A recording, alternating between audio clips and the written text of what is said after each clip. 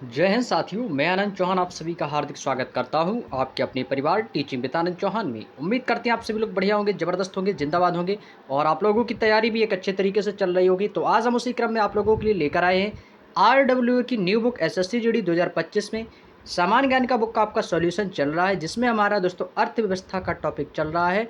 जो कि दोस्तों आज हम आपसे क्वेश्चन नंबर 81 से लेकर क्वेश्चन नंबर 120 तक के जो क्वेश्चन हैं वो हम आपसे डिस्कस करने वाले हैं। क्वेश्चन नंबर 81 से 120 तक के जो क्वेश्चंस हैं वो हम आपसे इस क्लास में डिस्कस करेंगे और बाकी के जो आपके शेष क्वेश्चंस और रह जाएंगे उन्हें हम पिछली क्लास में करेंगे। हालांकि आप सभी जानते हैं कि हम daily page bye page complete book का सॉल्यूशन कर रहे हैं, जिससे आपका रिवीजन जो है एक बेहतरीन तरीके से कर सकें। तो भाई सभी लोग क्लास में आ जाएंगे और क्लास का समय रोजाना रात को 8 बजे रहता है। काफ़ी समय से क्लास ये नहीं हो पाई थी, तो मैंने सोचा क्यों ना भी इस क्लास को कंटिन्यू किया जाए। ठीक है भाई, तो चलिएगा भाई, सभी लोग क्लास में आ जाएंगे और भाई वीडियो को शेयर कर देंगे। वीडियो को शेयर कर दिया करो भाई, ताकि सभी लोग ही क्लास में जुड़ सकें। और आप लोगों दोस्तों आपसे एक छोटी सी गुजारिश ये है कि यदि चैनल पर नए हो तो चैनल को सब्सक्राइब जरूर कर लेना, साथ में बेल आइकन को भी ऑन कर लेना, ताकि आपको दोस्तों डेली क्लासेस का नोटिफिकेशन मिल सके। क्योंकि भाई SSC GD 2025 के 5 सितंबर से आपके फॉर्म ऑनलाइन होना स्टार्ट हो जाएंगे और जनवरी से दोस्तों आपके क्या एग्ज़ाम स्टार्ट है। ठीक है भाई, तो तैयारी करते रहिएगा, कंटिन्यू तैयारी को आप लोगों को बिल्कुल भी स्किप नहीं करनी है। तो चलिएगा दोस्तों, हम बिना टाइम वेस्ट किए अपने सेशन को स्टार्ट करते हैं। तो सेशन वहीं से स्टार्ट होगा जहाँ से हमने अपनी पिछली क्लास को ऑफ किया था।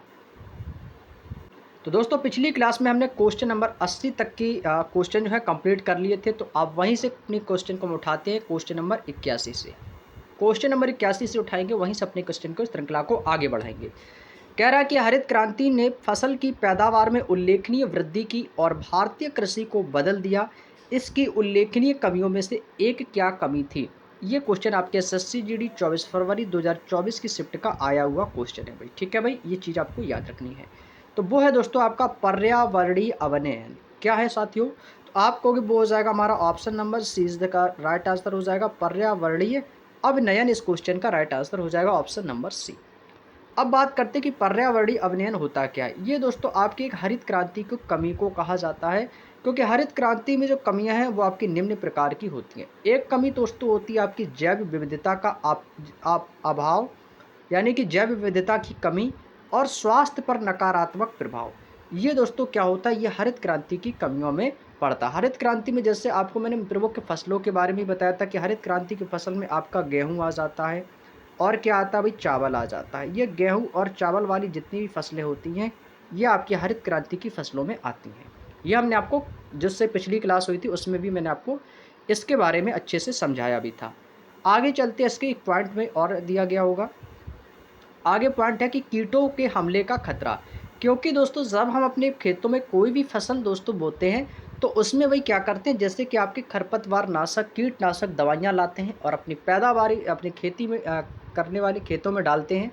क्यों डालते हैं? क्योंकि भाई जो फसलों में जो कीटनाशक लग जाते हैं, कीट लग जाते हैं, वो हमारी फसल को नष्ट कर देते हैं। इससे भाई क्या होता है कि कीटों के हमलों से खतरा भी बना रहता है। मोनोक्रॉपिंग को बढ़ावा देना, जो हमारी फसल है इसको क्या करते हैं भाई, उत्पादन को इसको बढ़ावा देना। फसल कटाई से जब इस समय इसका उत्पादन जो हो कैसा हो, अच्छा होना चाहिए। आगे चलते अगला है क्वेश्चन नंबर 82। क्या कह रहा है कि भारत में कौन सा नियामक निकाय नियमों का अनुपालन को सुनिश्चित करने के लिए माइक्रो फाइनेंस संस्थान, जिसको बोला जाता है MFI। MFI का यदि आपसे फुल फॉर्म पूछा जाएगा तो आप क्या बताओगे? माइक्रो फाइनेंस इंटेलिजेंस की देखरेख में। इंटेलिजेंस क्या होता है भाई? इंटेलिजेंस का संस्थान होता है आपका और पर्यवेक्षण करता है, यानी क्या उसकी देखरेख या पर्यवेक्षण उसी को कहते हैं कि देखरेख करता है। उसका बोलेंगे RBI बोलते हैं, CCI कहते हैं या सेबी कहते हैं। आप कहोगे सर उसको हम कहते हैं RBI। क्या बोलेंगे? RBI बोलेंगे भाई। क्या बोलेंगे? RBI। यहाँ पे दोस्तों थोड़ा सा टेक्निकल इशू हो गया था, कोई दिक्कत नहीं, अपनी क्लास को कंटिन्यू रखेंगे भाई। एक थोड़ा सा टेक्निकल इशू हो गया था यहाँ पे, ठीक है भाई, चलिएगा। तो यहाँ तक कि दोस्तों हमारी चर्चा हो गई थी भाई। क्या था क्वेश्चन नंबर 82 कि भारत में कौन सा नियामक निकाय नियमों के अनुपालन को सुनिश्चित करने के लिए माइक्रो फाइनेंस संस्थान। भाई इसका मैंने आपको अभी फुल फॉर्म क्या बताया था, माइक्रो फाइनेंस इसको बोलते हैं, इंटेलिजेंस नहीं इंस्टीट्यूशन बोलते हैं। क्या बोलते हैं दोस्तों? इंस्टीट्यूशन। इसका याद रखेंगे भाई, क्या होता है माइक्रो फाइनेंस और आई से क्या हो जाएगा भाई, इंस्टीट्यूशन हो जाएगा। ठीक है भाई, इसकी देखरेख और पर्यवेक्षण करता है। तो कौन करता है भाई? आप कहोगे सर ये करता है RBI, यानी कि रिजर्व बैंक ऑफ इंडिया करता है। ठीक है भाई, इस चीज़ को आप लोगों को याद रखना है। ठीक है भाई, जो माइक्रो फाइनेंस इंस्टीट्यूशन होता है, इसका भाई जो देख रेख करता है वो कौन करता है? आरबीआई करता है। चलिएगा भाई आगे चलते अपने नेक्स्ट क्वेश्चन की ओर। यहाँ पे दोस्तों कहा है कि हिल्टन यंग कमीशन की अनुशंसा के आधार पर आरबीआई की जो स्थापना है ये आपको पूछा जाता है 1 अप्रैल 1935 को हुई थी। कई बार मैंने आपको बताया भी है कि आरबीआई की स्थापना 1 अप्रैल 1935 को हुई थी। और बैंकिंग विनियमन एक्ट 1949 के तहत आरबीआई भारत में मौजूदा सभी बैंकों का विनियमन करता है। सभी बैंकों का दोस्तों विनियमन करता है। चलिएगा भाई अगले क्वेश्चन पे चलते हैं। अगला क्वेश्चन आपके सामने आता है क्वेश्चन नंबर 83। राजस्व व्यय के संबंध में निम्नलिखित में से कथनों को पढ़िए। पहला कथन है कि राजस्व व्यय केंद्र की सरकार की भौतिक या वित्तीय संपत्तियों के निर्माण के अलावा अन्य उद्देश्यों के लिए किया गया व्यय यानी कि खर्च यानी कि जो राजस्व व्यय है वो केंद्र सरकार की भौतिक और वित्तीय संपत्तियों के निर्माण के अलावा अन्य उद्देश्यों के लिए किया गया खर्च। तो ये भाई कैसा हो जाएगा? ये आपका कैसा है? गलत है। ये आपका बिल्कुल गलत हो जाएगा भाई। आगे क्या कह रहा है कि यह सरकारी विभाग विभिन्न सेवाओं के सामान्य कामकाज, सरकार द्वारा लिए गए ऋण पर ब्याज भुगतान और राज्य सरकारों और अन्य पार्टियों को दिए गए अनुदानों के लिए किए गए खर्चों से संबंधित है। हालांकि कुछ अनुदान परिसंपत्तियों का निर्माण के लिए हो सकते हैं। भाई ये भी गलत हो जाएगा। तो यहाँ पे क्या हो जाएगा भाई? आपको गलत कथन ही पहचाने तो ये आपके क्या होगी सर? ना तो ए है और ना ही बी हो सकता है। तो ना तो ए है और ना ही बी है। तो भाई गलत कथनों की पहचान कीजिए। तो गलत कथन कौन सा है? तो इसका मतलब है कि दोनों में से कोई भी कथन आपका गलत नहीं है। तो यानी कि दोनों आपके कथन कैसे माने जाएंगे? सही माने जाएंगे। कह रहा है कि ना तो ए है और ना ही बी है। 8वीं पंचवर्षीय योजना के दौरान भारत ने 1 जनवरी 1995 को, कब दोस्तों? 1995 को WTO, इसको क्या कहते हैं? विश्व व्यापार संगठन, WTO का संगठन का सदस्य बना था। किसका सदस्य बना था? तो WTO का सदस्य बना था। विश्व व्यापार संगठन का मुख्यालय कहाँ है? तो आप कहोगे सर इसका मुख्यालय दोस्तों आपका स्विट्जरलैंड में है भाई। कहाँ पर है भाई? इसका मुख्यालय कहाँ पर बताएंगे भाई? आप कहोगे सर इसका जो मुख्यालय ये आपका स्विट्जरलैंड में है। कहाँ पर है भाई? स्विट्जरलैंड में इसका मुख्यालय है। इस चीज़ को याद रखेंगे। ठीक है भाई। WTO को बोला जाता है विश्व व्यापार संगठन। यहाँ पे देखो भाई, इस कह रहा है कि WTO विश्व व्यापार संगठन का मुख्यालय जिनेवा स्विट्जरलैंड में है। तो वहीं आपका जिनेवा भी दे देता है एग्जामिनर, कभी कभी स्विट्जरलैंड भी देते हैं। जो देगा वही आपका आंसर हो जाएगा। चलिएगा भाई आगे चलते अगला क्वेश्चन। अगला पॉइंट यहाँ पे दिया गया कि भारत ने 1 जनवरी 1995 ईस्वी को विश्व व्यापार संगठन WTO का सदस्य बना। WTO विश्व का सबसे बड़ा आर्थिक संगठन है। कैसा है दोस्तों? ये आर्थिक संगठन है। अब एग्जामिनर क्वेश्चन आपसे पूछेगा कि बताइए कि विश्व का सबसे बड़ा आर्थिक संगठन क्या है? तो आप कहोगे सर वो है आपका विश्व व्यापार संगठन यानी कि WTO। नेक्स्ट, हरित क्रांति से संबंधित कथनों को पढ़िए। सही कथनों को पहचानना है। हरित क्रांति 1960 के दशक में नॉर्मन बोरलॉग द्वारा प्रारंभ किया गया ये एक प्रयत्न था। उन्हें की शब्द किसके लिए आया? नॉर्मन बोरलॉग के लिए। विश्व में हरित क्रांति के जनक के रूप में जाना जाता है। भाई यहाँ पे आपके देखेंगे तो आपको इस तरह यहाँ से दोनों कथन आपके पूरी तरीके से बिल्कुल सही है। ए और बी दोनों बिल्कुल बात सही है कि विश्व में हरित क्रांति के जनक जो है नॉर्मन बोरलॉग को ही जाना जाता है। ये मैंने आपको पिछली क्लास में भी बताया था। अब यहाँ से एक पॉइंट इंपॉर्टेंट है जो कि आपको समझना है कि भारत में प्रथम हरित क्रांति 1966 से 1967 में प्रारंभ हुई थी और इसके बाद दूसरी हरित क्रांति 1983 से 84 में मानी जाती है। तो ये दोनों डेटें आपको यहाँ से याद रखनी है। द्वितीय हरित क्रांति का उद्देश्य जो था वो था 2015 तक कृषि उत्पादन को दोगुना करने का। 2015 तक कृषि उत्पादन को दोगुना करने का ये मुख्य उद्देश्य किसका था? ये था द्वितीय हरित क्रांति का, जो 1983 से 84 में लाई गई। अगला आता है कि हरित क्रांति के संबंध में HYV का दोस्तों आपसे फुल फॉर्म पूछा है तो इसका फुल फॉर्म होता है high yielding varieties. High yielding varieties का मतलब होता है कि उच्च उपज वाली किस्में, उच्च उपज वाली यानी उच्च पैदावार कह सकते हो भाई। उच्च पैदावार, यील्डिंग मीन्स क्या होता है? पैदा करना, तो पैदावार हो जाएगा भाई। उच्च पैदावार वाली वैरायटीज बोल सकते हो या किस्म कह सकते हो या किस्में बोल सकते हो। क्या बोलोगे भाई? उच्च पैदावार वाली किस्में, हाई यील्डिंग वैरायटीज़। ये आपके लिए इंपॉर्टेंट है भाई। ये आपके देखो अभी हाल ही में जो SSC GD का एग्ज़ाम हुआ था 2024 को, उस एग्ज़ाम में इसको देखो पूछा गया क्वेश्चन है, ठीक है भाई। तो ये भी याद रखना कि हरित क्रांति में एक वर्ड आता है HYV, जिसको कहते हैं हाई यील्डिंग वैराइटीज़, यानी उच्च पैदावार वाली किस्में, इसको कहा जाता है। आगे चलते हैं, यहाँ पे एक पॉइंट दिया गया कि हरित क्रांति में बीजों को उच्च उपज वाली किस्में का उत्पादन शामिल था, जिसमें से आपकी उच्च उपज वाली किस्में, जिसको HYV हाई यील्डिंग वैराइटीज़ कहा जाता है, और दूसरा आता है आपका कृषि का मशीनीकरण करना, सिंचाई करना और रासायनिक उर्वरकों और कीटनाशकों का प्रयोग करना, यानी कि कीटनाशक दवाइयों का इस्तेमाल करना। आगे चलते हैं कि भारत की प्रथम पंचवर्षीय योजना किस मॉडल पर आधारित थी। ये देखो आपका रिपीटेड क्वेश्चन है, जो मैंने इससे पहले वाली जो क्लास की थी मैंने आपको उसमें बताया था कि आपकी जो प्रथम पंचवर्षीय योजना ये आपके हैरोल्ड डोमर मॉडल पर आधारित है। ये देखो रिपीटेड क्वेश्चन, ये 2024 के एग्जाम में 2 बार आया है, 2 बार क्वेश्चन पूछा गया है आपके हर एक आपके शिफ्ट बाई शिफ्ट में। तो याद रखेंगे भाई वो कौन सा है, हैरोल्ड डोमर मॉडल परियोजना पर आधारित है। आइए हम बात करते हैं कि भारत में पहली पंचवर्षीय योजना कब लागू हुई थी। तो 1 अप्रैल 1951 को प्रारंभ हुई और इस योजना में कृषि को प्राथमिकता दी गई थी। किसको प्राथमिकता दी गई थी? कृषि को। कृषि को दोस्तों जो सबसे ज़्यादा प्राथमिकता मिली थी वो भारत की पहली पंचवर्षीय योजना 1 अप्रैल 1951 को मिली थी, जो कि हैरोल्ड डोमर मॉडल पर आधारित है। आगे चलते हैं मेरे दोस्तों, आगे अपना अगला क्वेश्चन की ओर चलते हैं। अगला पॉइंट आपके सामने दिया गया है, इस योजना में यानी कि पहली पंचवर्षीय योजना में के समय कई बड़ी सिंचाई परियोजनाओं शुरू हुई, जैसे आपकी भाखड़ा नागल परियोजना और दामोदर घाटी परियोजना। ये आपकी सबसे बड़ी 2 सिंचाई परियोजनाएं थी, जो कि आपकी भारत की पहली पंचवर्षीय योजना के तहत ये शुरू की गई थी। गन्ने से चीनी बनाने की जो गतिविधि है ये किस क्षेत्र के आर्थिक गतिविधि के अंतर्गत आती है? भैया आप सभी जानते हो कि गन्ने से चीनी बनाई जाती है, तो ये आपके द्वितीयक क्षेत्र पर आती है, द्वितीयक क्षेत्र में आती है। किस में आती है दोस्तों? द्वितीयक क्षेत्र में। द्वितीयक क्षेत्र की यदि हम बात करते हैं तो द्वितीयक क्षेत्र के अंतर्गत आपको किन किन चीज़ों आपको इसमें शामिल की गई हैं? तो द्वितीयक क्षेत्र के अंतर्गत आपके कपड़ा बनाना, खाद्य विनिर्माण करना, चीनी उद्योग, गैस, जल आदि आर्थिक ये गतिविधियाँ आपके द्वितीयक क्षेत्रों में आती हैं।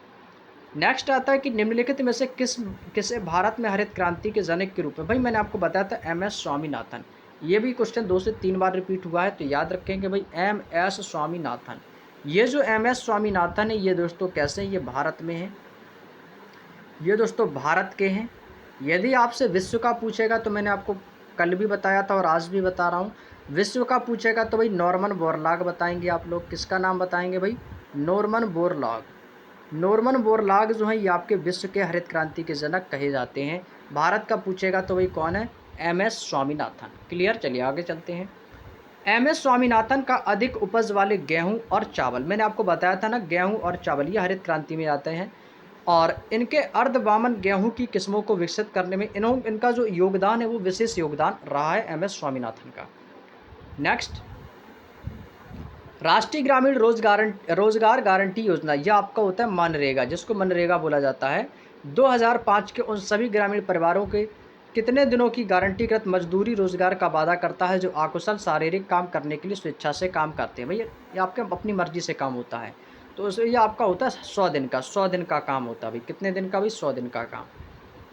रोजगार ग्रामीण गारंटी योजना अधिनियम, जिसको मनरेगा बोला जाता है, ये आपके 2005 में शुरू किया गया था। अब जैसे मान लो एग्जामिनर आपसे क्वेश्चन पूछे कि बताइए कि मनरेगा कब लागू किया गया, तो 2005 में, और इसका नाम बदलकर फिर रखा गया महात्मा गांधी राष्ट्रीय ग्रामीण रोजगार गारंटी अधिनियम, जिसको मनरेगा बोला जाता है कि मनरेगा के अंतर्गत। इसका लक्ष्य था कि ग्रामीण क्षेत्रों में कम से कम 100 दिन का रोजगार देने का प्रावधान। कितने दिन का मेरे शेर? आप कहोगे सर 100 दिन का रोजगार देने का प्रावधान किया गया था। अब देखो मेरी बात एक ध्यान से सुनो। मनरेगा, अब मनरेगा में यदि आपसे एग्जामिनर क्वेश्चन पूछेगा कि मनरेगा के अंतर्गत ग्रामीण क्षेत्रों को कम से कम कितने दिनों तक का रोजगार देने का प्रावधान किया गया था, तो आप ये 100 दिन याद रखना मेरे भाई, 100 दिन आपको बताना है, ठीक है। चलिएगा, भारत में निम्नलिखित में से कौन सी पंचवर्षीय योजना योग्यता पूरी तरीके से विफल रही है? मैंने आपको पिछली क्लास में बताया था कि जो आपकी पंचवर्षीय योजना है वो आपकी तीसरी पंचवर्षीय योजना है, जो कि दोस्तों आपकी विफल रही थी। कैसी रही थी भाई? विफल रही थी, ये पूरी तरीके से नहीं हो पाई थी। आगे चलते हैं। हरित क्रांति शब्द 1950 से 1960 के दशक के दौरान मैक्सिको में अंतर्राष्ट्रीय मक्का और गेहूं सुधार केंद्र और रिक्त स्थान में अंतर्राष्ट्रीय चावल अनुसंधान संस्थान में कृषि विशेषज्ञों कृषि विशेषज्ञों की एक टीम के द्वारा विकसित की गई नई कृषि तकनीकी को कहा जाता है। तो वो आपका फिलीपींस में कहाँ पर किया गया था, वो आपका फिलीपींस में किया गया था, मैक्सिको और फिलीपींस में। जो दोस्तों आपका फिलीपींस एक देश है, ये चावल की एक प्रमुख नकदी फसल है और हरित क्रांति के माध्यम से वहाँ आईआरआरआई की स्थापना की गई। हरित क्रांति से फिलीपींस का चावल वार्षिक उत्पादन 3.7 मिलियन टन से बढ़कर 7.7 मिलियन टन हो गया। नेक्स्ट आता है कि घाटे में कटौती के बारे में निम्नलिखित कथनों को पढ़िए। कह रहा है कि करों में वृद्धि अथवा व्यय में कटौती से सरकारी घाटे में कमी की जा सकती है। भाई बिल्कुल बात सही है, कमी की जा सकती है। भारत में सरकार का राजस्व में वृद्धि करने के लिए प्रत्यक्ष करों पर अधिक भरोसा करती है और अप्रत्यक्ष कर प्रकृति में प्रतिगामी होती है। यह सभी आय समूहों के समान रूप से प्रभावित करते हैं। भाई बिल्कुल बात सही है। तो यानी कि आपको भी सर ए और बी दोनों सही कथन हो जाएंगे। Option number A. हमेशा याद रखो, जब भी इस टाइप का क्वेश्चन बने तो एसएससी जीडी ये क्वेश्चन बहुत बार पूछा गया 2024 में। तो यदि आपको ऐसा क्वेश्चन पूछा जाए तो हमेशा ए और बी दोनों ही कथन आपको बताने हैं। आगे चलते हैं। अब ये बात करते हैं कि घाटे में कटौती के लिए कौन कौन सी मुख्य विधियां हैं। अब भाई देखो, यदि घाटे की, यदि हम कटौती की बात करें, यदि आपसे मुख्य विधियां पूछे जाएंगे तो आप दो मुख्य विधियां बताएंगे। कितनी? दो। कौन सी? एक तो होता है कि करों में वृद्धि। पहले तो क्या होगी भाई, कर में वृद्धि होगी। दूसरा है व्यय में कमी, खर्च में क्या है, कमी है। ये आपकी दो विधियां, इनको आपको याद रखना है। करों में वृद्धि में क्या होता है कि जो इसका प्रभाव होता है ये सभी आय के वर्गों के लोगों पर पड़ता है। और जब व्यय में कमी आती है तो सरकार ने घाटे में कटौती के लिए सरकारी व्यय को कम करने पर जोर दिया जाता है। भारत की निम्नलिखित में से किस पंचवर्षीय योजना का उद्देश्य भारत को आत्मनिर्भर बनाना और स्व उत्पादक अर्थव्यवस्था बनाना था? ये कौन सी पंचवर्षीय योजना थी? तो ये थी दोस्तों आपकी तृतीय पंचवर्षीय योजना, जो कि दोस्तों कैसी रही थी? यही तो पंचवर्षीय योजना आपकी विफल रही थी। कैसी हो गई थी भाई? ये आपकी कैसी रही थी? विफल रही थी। क्यों रही थी विफल? क्योंकि इसका जो मेन उद्देश्य था वो आत्मनिर्भर और स्व उत्पादक अर्थव्यवस्था बनाना था, जो कि इस काम में वो विफल रही। तृतीय पंचवर्षीय योजना। तृतीय पंचवर्षीय योजना विफल क्यों हो गई थी? तो उसका मेन कारण ये रहा कि उस समय दोस्तों आपका भारत चाइना युद्ध और भारत पाकिस्तान युद्ध के कारण ये अपने लक्ष्यों को प्राप्त नहीं कर सकी थी। भाई यदि आपसे कारण पूछा जाएगा कि जो तृतीय पंचवर्षीय योजना था, इसका जो काम था कि अपने आप को आत्मनिर्भर बनाना, स्वदेशी चीज़ों की तकनीकों का इस्तेमाल करना, तो ये काम करने में वो उसका उद्देश्य जो है विफल रहा है। क्योंकि उस समय दोस्तों आपका भारत चीन का युद्ध और भारत पाकिस्तान युद्ध, इसके कारण ये अपने लक्ष्यों तक नहीं पहुंच सकी थी। और इस योजना में बोकारो झारखंड इस्पात संयंत्र की स्थापना की गई थी। बोकारो कहाँ है? झारखंड। ये भी आपको याद रखना है। और इस योजना में कृषि और उद्योग दोनों क्षेत्रों को प्राथमिकता दी गई थी, कृषि क्षेत्र में भी और साथ ही साथ उद्योग क्षेत्र में भी। आगे चलते हैं अपने नेक्स्ट पॉइंट की ओर। अगला क्वेश्चन है क्वेश्चन नंबर 95। सरकार के व्यय के कारण के संबंध वर्गीकरण के संबंध में निम्नलिखित में से कौन सा कथन सही है? राजस्व व्यय केंद्र सरकार के भौतिक या वित्तीय संपत्तियों के निर्माण के अलावा अन्य उद्देश्यों के लिए किया गया व्यय है। सही है। पूंजी व्यय के परिणाम स्वरूप भौतिक या वित्तीय परिसंपत्तियों का निर्माण होता है या वित्तीय देनदारियों में कमी आती है। तो आप कहोगे सर यहाँ पर दोनों कथन आपके सही है, पहला और दूसरा दोनों आपके सही हो जाएंगे। चलिएगा भाई अगला क्वेश्चन। 12वीं पंचवर्षीय योजना के लिए विकास दर लक्ष्य कितना रखा था? तो आप कहोगे सर वो था आपका 8%। कितना था मेरे शेर? आप कहोगे सर 8% रखा गया था। ये आपके लिए इंपॉर्टेंट साबित होगा, हालांकि 2024 में तो आया ही है, लेकिन याद रखना है 8%। 12वीं पंचवर्षीय योजना का कार्यकाल पूछा जाएगा तो 2012 से 17 बताना है। ये आपके लिए इंपॉर्टेंट साबित होगा। मैं बोल रहा हूँ इंपॉर्टेंट, तो लिख लेना मेरी शेर कॉपी में अपनी। 12वीं पंचवर्षीय योजना का कार्यकाल 2012 से 17 बताना है। इस योजना का मुख्य उद्देश्य जो था वो था तीव्र संपोषणी और अधिक समावेशी विकास रखा गया। यहाँ पे एक नोट करके पॉइंट दिया गया जो कि इंपॉर्टेंट है कि इस योजना के बाद कोई भी अन्य पंचवर्षीय योजना नहीं बनी। यानी कि टोटल आपकी पंचवर्षीय योजनाओं की संख्या कितनी है? तो आप कहोगे सर 12 है। और 12वीं पंचवर्षीय योजना के बाद कोई भी दोस्तों आपकी इसके बाद अन्य पंचवर्षीय योजना बनी ही नहीं तो आपको किस तरह आगे 13वीं पंचवर्षीय योजना, भाई 13वीं बनी ही नहीं है। ठीक है भाई, चलिएगा आगे चलते हैं नेक्स्ट पॉइंट की ओर। तीव्र आर्थिक विकास के कारण निम्नलिखित में से किस वर्ष में भारत कि अत्यधिक गरीबी में कमी आने लगी थी। तो वो जब भारत में जो अत्यधिक गरीबी में जो कमी आने लगी थी वो आपके 1991 से, कब से दोस्तों? 1991 से इसमें जो है भाई कमी आने लगी थी। चलिएगा भाई आगे चलते हैं अपने नेक्स्ट पॉइंट पे। 1991 में भारत में एक नई आर्थिक नीति शुरू की जो कहते हैं एलपीजी, लिक्विड पेट्रोलियम गैस, या उदारीकरण, निजीकरण और वैश्वीकरण मॉडल पर आधारित थी, जो एलपीजी या उदारीकरण। ठीक है भाई, चलिएगा आगे चलते हैं। मुद्रा के संबंध में, मुद्रा के संबंध में निम्नलिखित कथनों को पढ़िए। मुद्रा खाते की एक सुविधाजनक इकाई के रूप में भी कार्य करती है। सभी वस्तुओं और सेवाओं का मूल्य मौद्रिक इकाइयों में व्यक्त किया जा सकता है।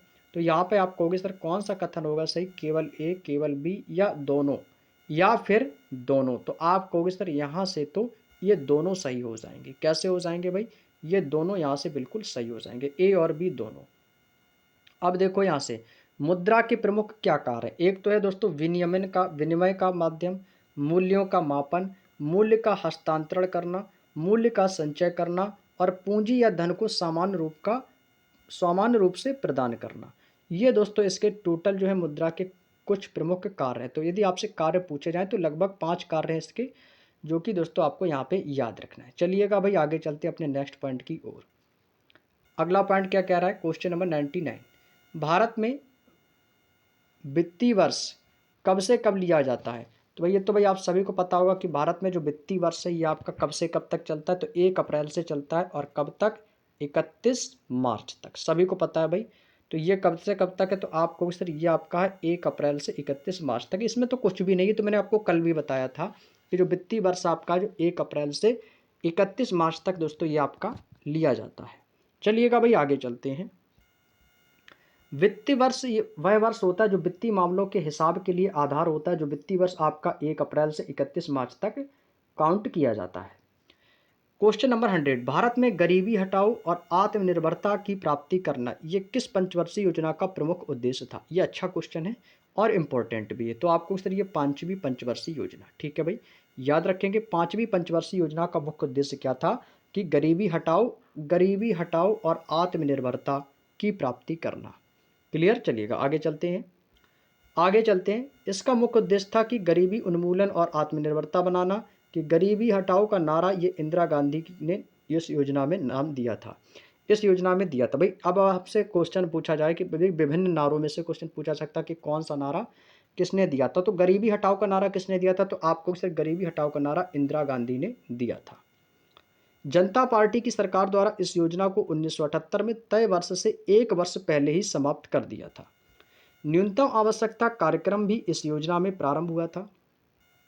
निम्नलिखित में से मुद्रा आपूर्ति का कौन सा माप सबसे अधिक तरल है? तो वो है दोस्तों आपका M1। आइए बात करते हैं कि M1 है क्या। M1 है क्या?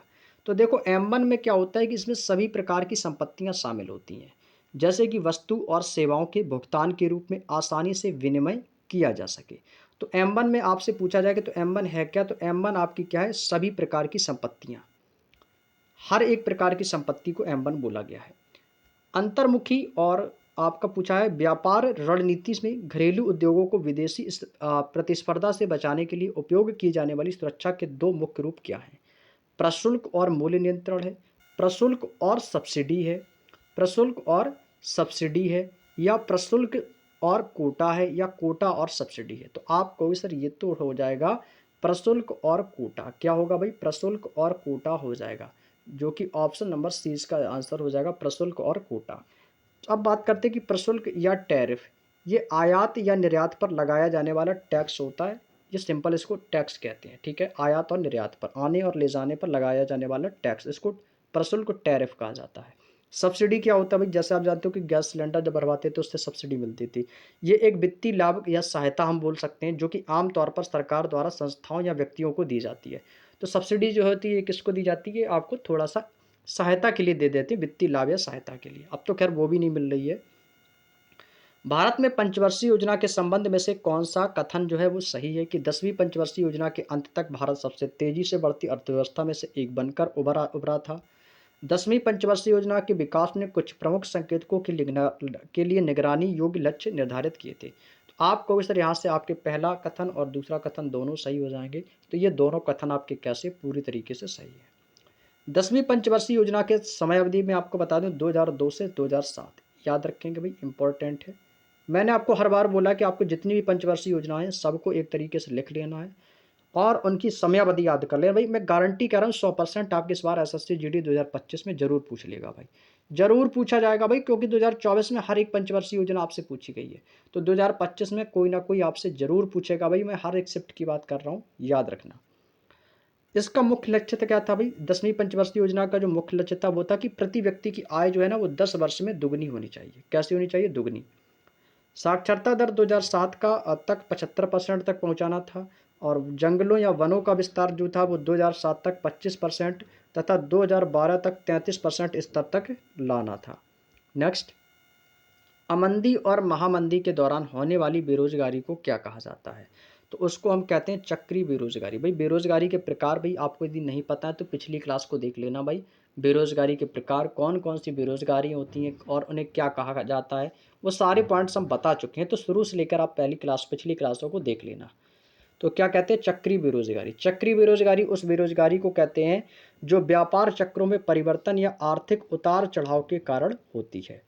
आर्थिक मंदी के कारण चक्री बेरोजगारी का सबसे अधिक और आर्थिक विस्तार के दौरान सबसे कम होती है। भारत में हरित क्रांति के संबंध में निम्नलिखित में से कौन सा कथन सही है कि हरित क्रांति के दौरान पारंपरिक कृषि से एकल कृषि की ओर बढ़ावा बढ़ने से छोटे किसानों पर नकारात्मक प्रभाव पड़ता है? ये बात बिल्कुल सही है भाई। हरित क्रांति के प्रभावों में से एक कृषि में अत्यधिक पूंजीकरण है, ये भी बिल्कुल सही है। तो आप कहोगे सर पहला और दूसरा दोनों सही है, तो पहला और दूसरा दोनों बिल्कुल कथन सही हैं।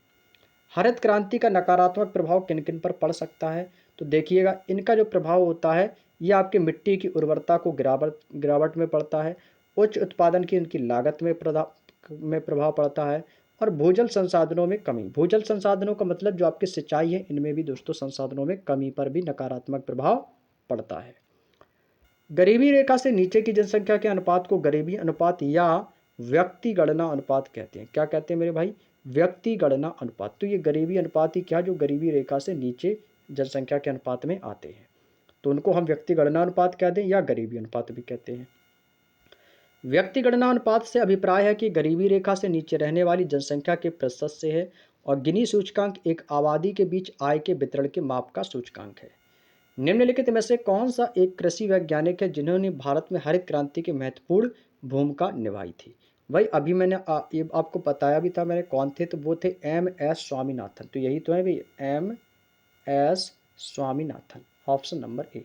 भारत में पूछा है ना, तो भारत में हरित क्रांति के लिए महत्वपूर्ण भूमिका किसकी है? MS स्वामीनाथन। इनका पूरा नाम है मोनकोम्बू संबाशिवन स्वामीनाथन। याद नहीं है तो याद रख लेना भाई। इसमें क्या किया भाई, MS स्वामीनाथन का, अभी देखो है तो हरित क्रांति से ही पूछा है ना, MS स्वामीनाथन पूछा तो 3 से 4 बार पूछ लिया है 2024 की, तो याद रखेंगे MS स्वामीनाथन। चलिएगा भाई आगे चलते हैं। स्वामीनाथन को भारत में हरित क्रांति के जनक कहा जाता है भाई, कल से पढ़ रहे हैं इसको। MS स्वामीनाथन ने 1966 में मैक्सिको के बीजों के पंजाब की घरेलू किस्मों के साथ मिश्रित उत्पादकता वाले गेहूं के संकर बीज विकसित किए हैं। MS स्वामीनाथन को वर्ष 2024 में भारत रत्न देने की घोषणा की गई है। कब? 2024 में।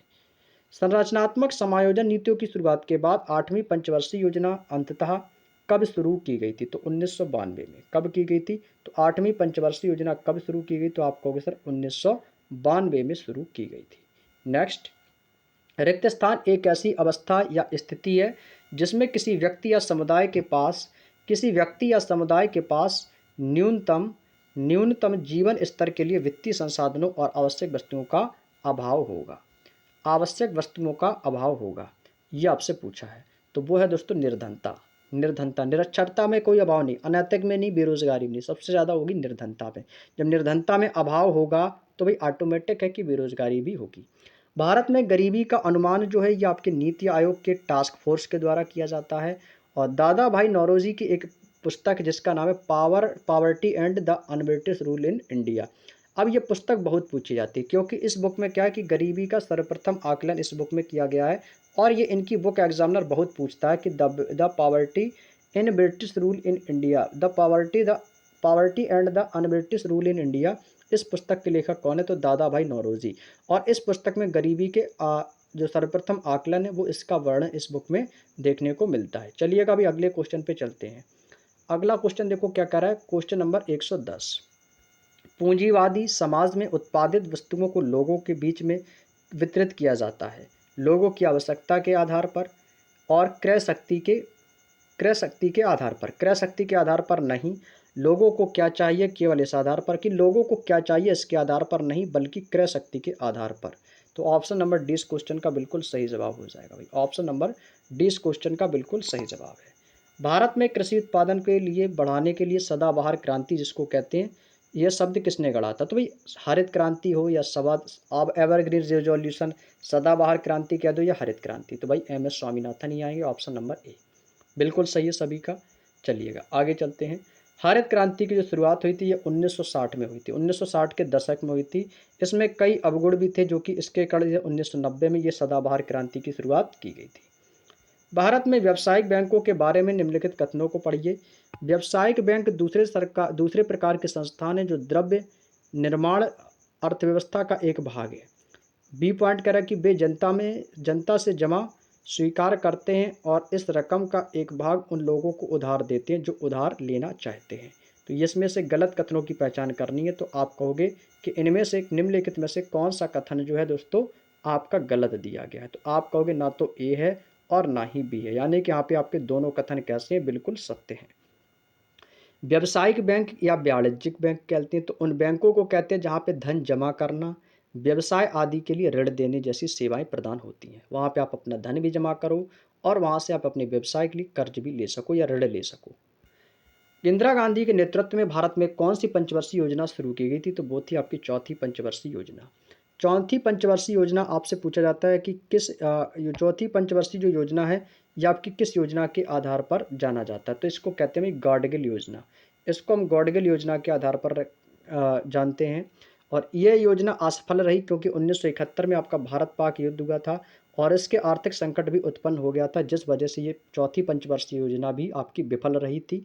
और यह योजना जो है ये अशोक रुद्र और एलन एस मान्य के द्वारा तैयार ओपन कंसिस्टेंसी मॉडल पर आधारित थी। अब यहाँ से क्वेश्चन पूछा जाएगा कि बताइएगा कि चौथी पंचवर्षीय योजना किस मॉडल पर आधारित थी? तो ओपन कंसिस्टेंसी, याद रखेंगे मेरी शेर, ओपन कंसिस्टेंसी मॉडल पर ये आपकी जो योजना है ये आधारित थी, चौथी पंचवर्षीय योजना।